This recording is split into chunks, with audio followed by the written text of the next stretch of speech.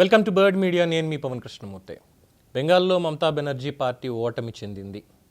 ఎన్నికల కమిషన్ కొత్త ప్రభుత్వం ఏర్పాటు కోసం ఇన్విటేషన్ ఇచ్చింది బీజేపీకి, అందరికీ తెలిసిందే. అయితే మమతా బెనర్జీ మాత్రం 7వ తేదీ వరకు నేను రాజీనామా అంటే 7వ తేదీ దగ్గర నేను అసలు రాజీనామా చేయను, గెలిచింది మేమే, మోసం చేసింది బీజేపీ మమ్మల్ని అన్నటువంటి స్టేట్మెంట్స్ కూడా ఇచ్చారు. ఇదంతా కూడా బెంగాల్ని మోసం చేశారు, ఇక్కడ మేము ఎలా ఓడిపోతాం అసలు అంటూ చిరుబుర్లాడుతున్నారు. నేను రాజీనామా చెయ్యను అంటున్నారు. మామూలుగా అయితే ఆపద్ధర్మ ముఖ్యమంత్రిగా వ్యవహరించాలి. రాజీనామా చేసి ఎన్నికల ప్రహసనం అయిపోయి రిజల్ట్స్ వచ్చిన తర్వాత ఎలక్షన్ కమిషన్ కోడ్ ఉంటుంది కాబట్టి. ఎందుకంటే అసోంలో హిమంత బిశ్వ శర్మ కూడా రాజీనామా చేసి రేపు ప్రమాణ స్వీకారం రోజు వరకు తాత్కాలిక ముఖ్యమంత్రిగా, ఆపద్ధర్మ ముఖ్యమంత్రిగా వ్యవహరిస్తారు ఆయన. ఆ తర్వాత మళ్ళీ ఆయన్ని సీఎం చేస్తారా లేదా ఇంకొక క్యాండిడేట్ని ఎవరినన్నా అక్కడ పెడతారా ఏంటనేది అధిష్టానం తీసుకునేటువంటి నిర్ణయం. But the procedure is procedure. Stalin కూడా అయిపోయిన వెంటనే రిజల్ట్ వచ్చిన తర్వాత రాజీనామా చేసేశారు, అందరికీ తెలిసిందే. కానీ ఈవిడ మాత్రం నేను చెయ్యనని కూర్చుంది. అంటే ప్రజల తీర్పు ఈవిడికి అక్కర్లేదు, ఈవిడి తీర్పు ఈవిడికి మాత్రమే కావాలి. కానీ దీంట్లో ఇంకొక షాకింగ్ ట్విస్ట్ ఏంటంటే మమతా బెనర్జీ పార్టీకి సంబంధించి ఎంపీ అయినటువంటి మహువా మొయిత్రా దీదీకి షాక్ ఇచ్చింది. ఆవిడ అన్నటువంటి మాటలు చూస్తే సోషల్ మీడియా ఎక్స్లో పోస్ట్ చేశారు. ప్రజల తీర్పే శిరోధార్యం, బెంగాల్ బీజేపీని కోరుకుంటే వారికి బీజేపీ లభించింది, మేము దానిని గౌరవిస్తాం. సింగిల్ పాయింట్లో క్లియర్, బెంగాల్ బీజేపీని కోరుకుంటే వారికి బీజేపీ లభించింది. సో బెంగాల్ ప్రజలు కోరుకున్నారు. టీఎంసీ నిన్నాళ్ళు భరించి లేదురా బాబు మాకు ప్రత్యామ్నాయం కావాలి అని బెంగాల్లో బీజేపీ బలపడిన తర్వాత బీజేపీని కోరుకున్నారు వాళ్ళు. సో బీజేపీ వారికి లభించింది.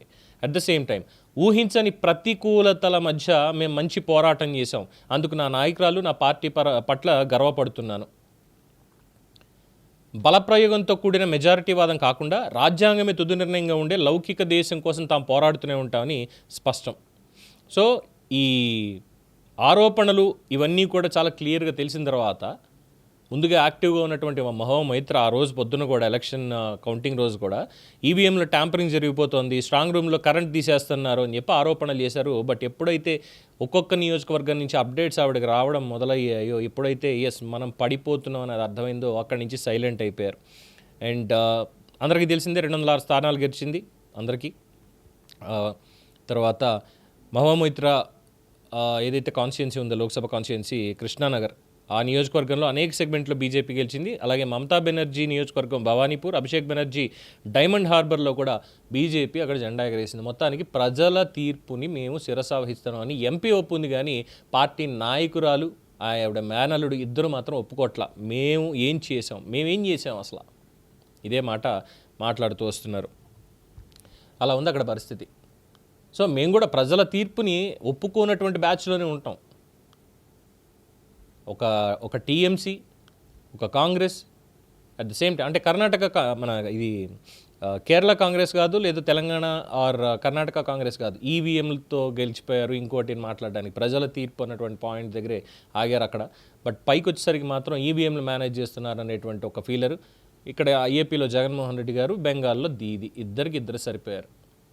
ఈవీఎంల ట్యాంపర్ 2019 ఏం జరిగింది అనేది తెలుసు. దాన్ని మించినటువంటి తీర్పు 2024లో ఇచ్చారు ప్రజలు. ఇక్కడ 2021 ఏం జరిగిందో చూసాం బెంగాల్లో. అప్పుడేం జరిగింది, ఇప్పుడేం జరిగిందో చూసాం. అవుట్రేజ్ అనేది పబ్లిక్ది చాలా క్లియర్గా ఉంది. తండోపతండాలుగా వచ్చి ఓట్లేసి మరీ వెళ్ళారు. దాన్ని మాత్రం ఒప్పుకోరట. వాళ్ళు ఓట్లు వేశారు, ఎవరికి వేశారంటే మాకే వేశారు, మీకు కాదు వేసింది వేరే వాళ్ళకంటే ఒప్పుకోవట్లేదు. అలా ఉంది వీళ్ళ వితండవాదం. ఏం చెప్తాం ఇంకా దీని మీద మీ అభిప్రాయం తెలియచేయండి. చూస్తూనే ఉండండి ది బర్డ్ మీడియా.